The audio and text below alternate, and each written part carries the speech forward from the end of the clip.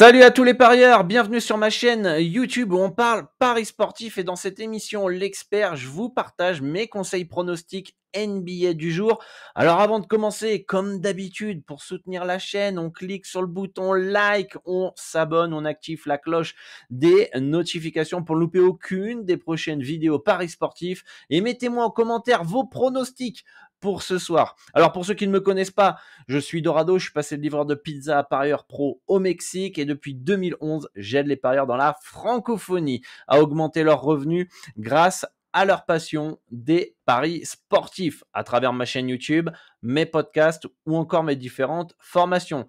Ma stratégie, elle est basée sur un grand volume de pronostics misant sur plus de 100 championnats de basket à travers le monde en pariant notamment et principalement sur les handicaps. Vous pouvez retrouver d'ailleurs tous mes résultats 100% certifiés par la plateforme Bet2Invest. Le lien est dans la description. En plus de toutes ces émissions, si vous souhaitez des pronostics gratuits, des conseils en paris sportifs et un accompagnement personnalisé pour exploser vos résultats dans les paris sportifs, contactez-nous sur WhatsApp. Le lien est dans la description. Luigi et moi, on va vous guider pas à pas pour mettre en place votre plan d'action afin d'atteindre vos objectifs dans les paris sportifs. Petit conseil pour placer vos pronostics aux meilleures cotes et gagner plus d'argent, je vous conseille de parier comme moi sur le bookmaker Pinacle en passant par le broker Asian Connect. Le lien pour vous inscrire est dans les commentaires épinglés et la description. Je vais maintenant vous partager mes avis pour la soirée NBA. Attention, ce ne sont pas mes pronostics, ce sont juste mes avis pour vous aider à faire vos choix. Je vous recommande de jouer tout en simple et de miser de l'argent que vous êtes prêt à perdre.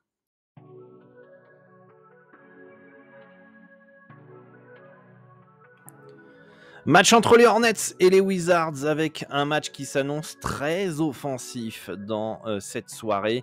Projection victoire 116 à 114 des Hornets. Préférence sur le under 241,5 points.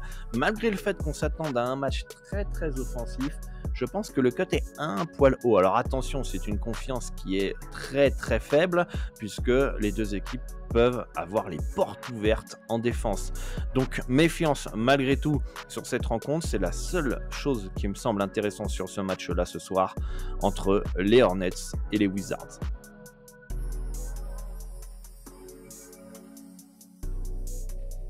Le Jazz continue son road trip et cette fois-ci s'arrête à Indiana. Les projections donnent une victoire d'Indiana 124 à 122. Ils partent logiquement favoris chez eux avec un écart assez conséquent et je trouve quand même que l'handicap est un poil haut. C'est pourquoi je vous recommande un petit Jazz plus 7 à 862. Méfiance tout de même puisqu'ils sont en road trip. On a vu quand même que les dernières performances à l'extérieur n'ont pas été bonnes du côté du Jazz. Donc on va voir si ça se confirme ou non. Et l'avis numéro 2, Jordan Clarkson, over 1,5 panier à 3 points à 1,584. C'est un des leaders offensifs de cette équipe de Utah et devrait avoir pas mal d'opportunités de tir à 3 points.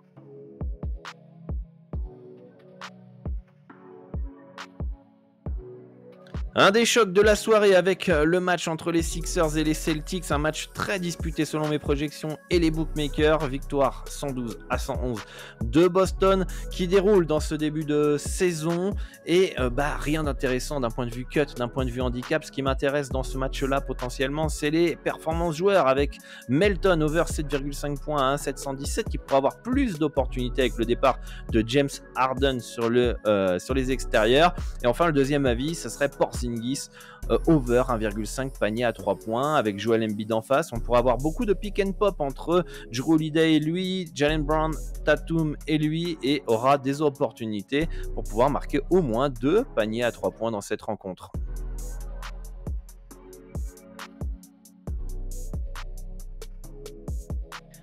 Est-ce que les Clippers ne seraient pas surestimés avec l'arrivée de James Harden et compléter donc le trio Westbrook, Leonard et Paul George.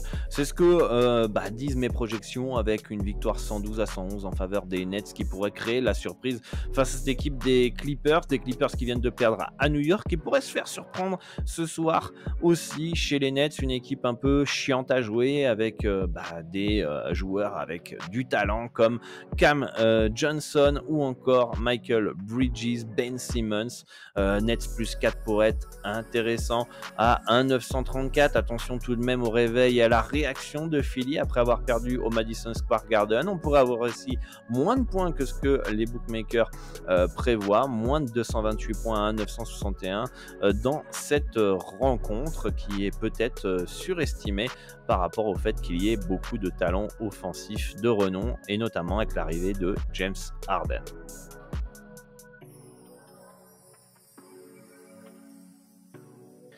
Les Spurs qui se déplacent au Madison Square Garden de New York et les projections donnent une victoire logique des Knicks 120-111. Pas de value sur les handicaps dans cette rencontre. Je ne trouve pas non plus que les cuts de Wembanyama soient si intéressants que ça quand on voit son rôle un petit peu irrégulier ces derniers matchs où il est capable de mettre 30 points comme en mettre que 14.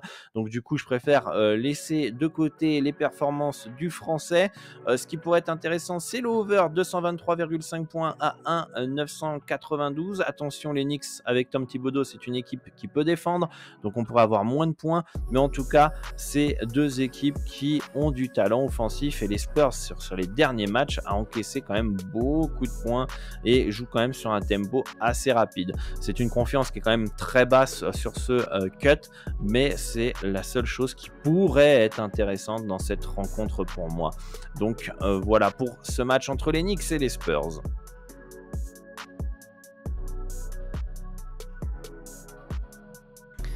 Bradley Beal pourrait faire son retour et débuter avec les Suns de Phoenix ce soir contre Chicago. Les projections donnent une victoire surprise des Bulls 111-109. Déplacement potentiellement piège pour cette équipe des Suns qui dépend beaucoup de Kevin Durant et Eric Gordon. Quel rôle, quelle minute aura Bradley Beal ce soir? Est-ce qu'il va être préservé? Est-ce qu'il va avoir un temps de jeu limité? C'est la question qu'on se pose pour ce soir en cas de présence de l'ancien joueur des Wizards. Ce qui pourrait être intéressant dans cette rencontre, c'est justement Jusuf Nurkic, over 10,5 points à 90. C'est un joueur qui a du talent offensif, qui pourra avoir des munitions, avec quelques petits rebonds offensifs, etc. Je pense qu'il est capable de marquer plus de 10 points dans ce match-là. Et enfin, KD, over 1,5 panier à 3 points à 1,625. Je pense qu'en plus, si Bradley Beal est là, qui fixera les défenses, il pourrait prendre peut-être un poil plus de tirs ouverts à 3 points et moins forcé à 3 points. Mais en tout cas, on connaît le talent de Kevin Durant et il est capable de marquer au moins en moyenne 2 paniers à 3 points chaque match.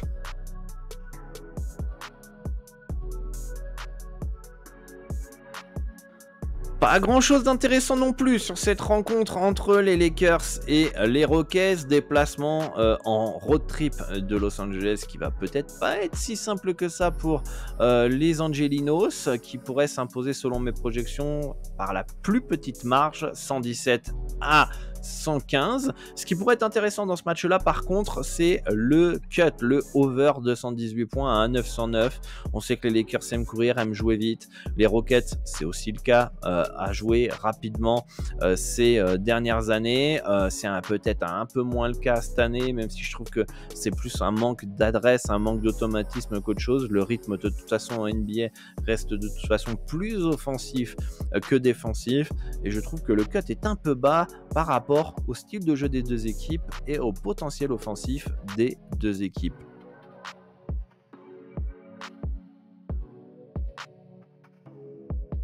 Match difficile à lire puisque Miami est plus fort que Memphis, et notamment avec l'absence de Ja Morant et de Steven Adams du côté des Grizzlies. Cependant, mes projections donnent une victoire 111 à 106 avec un déplacement compliqué de Miami chez les Grizzlies. C'est pourquoi on peut tenter Memphis à 2,01. Attention, la confiance est très basse. Je ne trouve pas non plus la value assez énorme dans ce match-là. Après, le début de saison de Miami est quand même très mauvais. On sait quand même que c'est une équipe à diesel, on attendait mieux d'eux, ils vont monter en puissance petit à petit durant la saison et c'est pourquoi, dans ce début de saison, les projections donnent une victoire 111-106 de Memphis. En avis numéro 2, ce qui pourrait être pas mal, c'est Desmond Bane, under 3,5 panier à 3 points à 1,694. Alors par contre aussi, attention sur ce cut-là, puisque Desmond Bane est à présent un des leaders, si ce n'est le leader de Memphis offensivement, avec l'absence de Ja Morant. Ce que j'ai constaté, c'est qu'il tire 9 fois à 3 points, ce qui est énorme. Ce qui pourrait donc lui permettre, dans un bon soir, de passer le cut de 4 paniers à 3 points. Et c'est pourquoi ce soir, je m'attends à ce qu'il ait un peu moins d'adresse que les précédents matchs et pourrait mettre moins de 3,5 paniers à 3 points.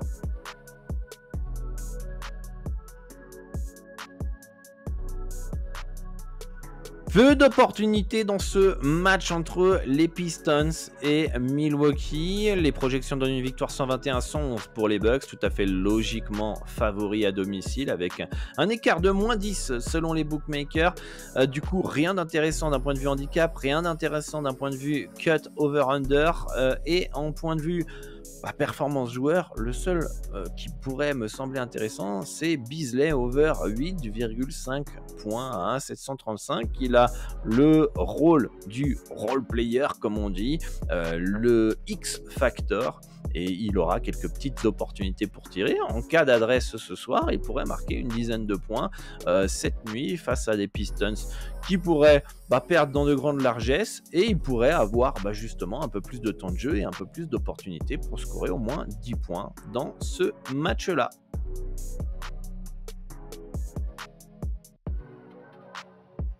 Minnesota part logiquement favori à domicile face à cette équipe des Pélicans, avec une projection qui donne une victoire 115-111 des Timberwolves.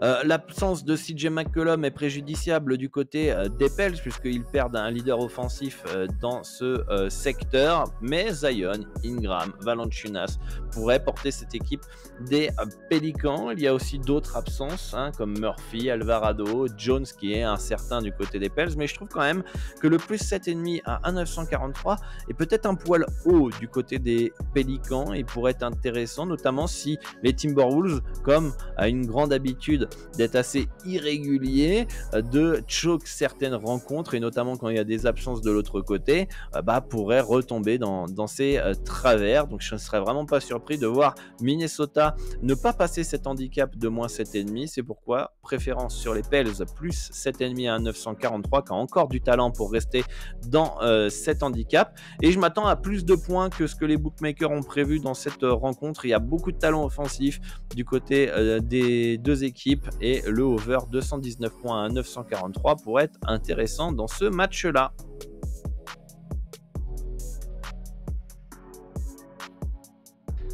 Déplacement compliqué pour Cleveland à OKC, on le sait, le Thunder est une équipe relou à jouer chez elle. Les projections donnent une victoire 112-111 de la part du Thunder, donc un match assez disputé.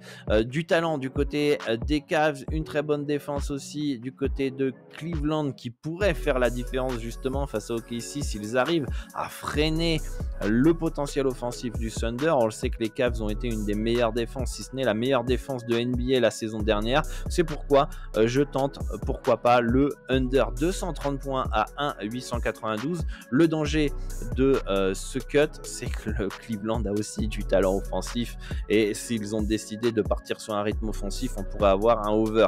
Cependant, je compte sur JB Biggerstaff pour pouvoir imposer une solide défense ce soir face au Thunder pour avoir un under 230 points.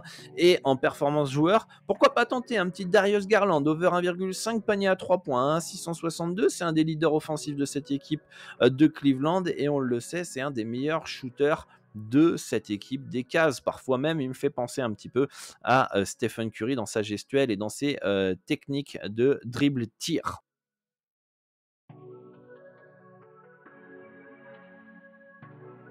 Dallas part logiquement favori à domicile face à cette équipe de Toronto. Les projections donnent une victoire 112-110, et comme à son habitude, je trouve que cette équipe des Mavericks est surestimée, et c'est pourquoi mes projections donnent une potentielle value sur Raptors, plus 5,5 à 1,934. Depuis le début de la saison, cette équipe de Dallas se fait très peur. souvent Luka Doncic doit sauver cette équipe, ou un coup de chaud de Kyrie Irving ou Tim Hardaway Jr. C'est pourquoi Luka Doncic double-double à 1,50 pourrait être intéressant. J'ai hésité aussi à vous proposer le triple-double à plus de 4,50, quelque chose comme ça sur PS 38-38, mais petit doute quand même sur le fait que les Raptors parfois peuvent jouer sur un tempo lent, et donc il pourrait y avoir moins de situations offensives et donc de réaliser des passes décisives ou prendre des rebonds. C'est pourquoi je préfère me concentrer sur le potentiel double-double de Luka Doncic. Et enfin, face à une potentielle bonne défense des Raptors, je verrais bien un petit Tim Hardaway Jr., moins de 3,5 paniers à 3 points à 1,591. La seule fois où il va pouvoir passer ce cut, c'est le soir où il va être chaud à 3 points. C'est pas la solution offensive numéro 1 de cette équipe, c'est Luka Doncic et Kyrie Irving qui prendront le plus de tirs à 3 points.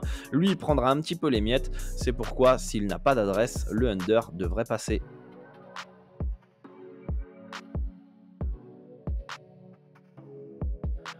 Le choc de la conférence Ouest entre le champion en titre, les Denver Nuggets, qui reçoivent les Warriors de Golden State. Les projections donnent une victoire 117-112, logique de cette équipe des Nuggets. Attention tout de même, puisque Jamal Murray est absent du côté des Nuggets de Denver, ce qui pourrait réduire les possibilités de chance de gagner de cette équipe de Denver, et que les Warriors puissent peut-être créer la surprise chez le champion. En tout cas, il y aura de la motivation du côté des anciens champions NBA et de la Dream Team des Warriors. Ce qui pourrait être intéressant dans cette rencontre, même si avec l'absence de Jamal Murray c'est un poil plus risqué, c'est Michael Porter Jr. under 3,5 paniers à 3 points à 552. On le sait, ce n'est pas le leader de cette équipe. Il a souvent quelques opportunités, mais sans plus. Assez d'opportunités pour marquer 15 points en moyenne par match. Mais pour pouvoir marquer plus de 3,5 paniers à 3 points, il faut faire souvent un gros match et être adroit, rentrer les 2-3 premiers tirs que tu peux avoir dans cette rencontre. Et encore, rien n'est d'assuré si les 2 premiers tirs sont dedans. Donc pour moi, il n'a pas encore le rôle pour pouvoir passer le 3,5 paniers à 3 points, sauf dans un soir où il est en feu.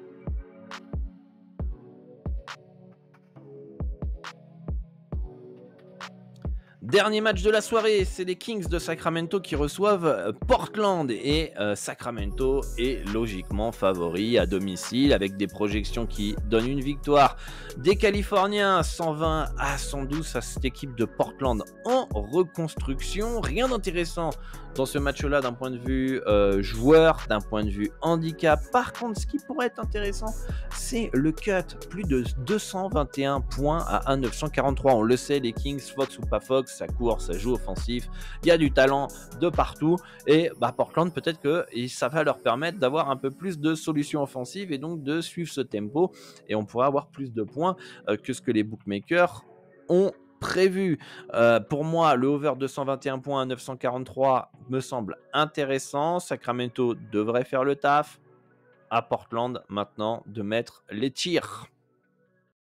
Voilà, ce sont mes avis sur les matchs NBA du jour. Dernière chose, n'oubliez pas que si vous souhaitez atteindre vos objectifs dans les paris sportifs, vous pouvez nous contacter sur WhatsApp pour qu'on puisse mettre en place votre plan d'action en fonction de votre niveau dans les paris sportifs et votre capital. Le lien est dans la description. Merci à tous pour votre attention. Je vous dis bonne chance pour vos pronostics et à très bientôt.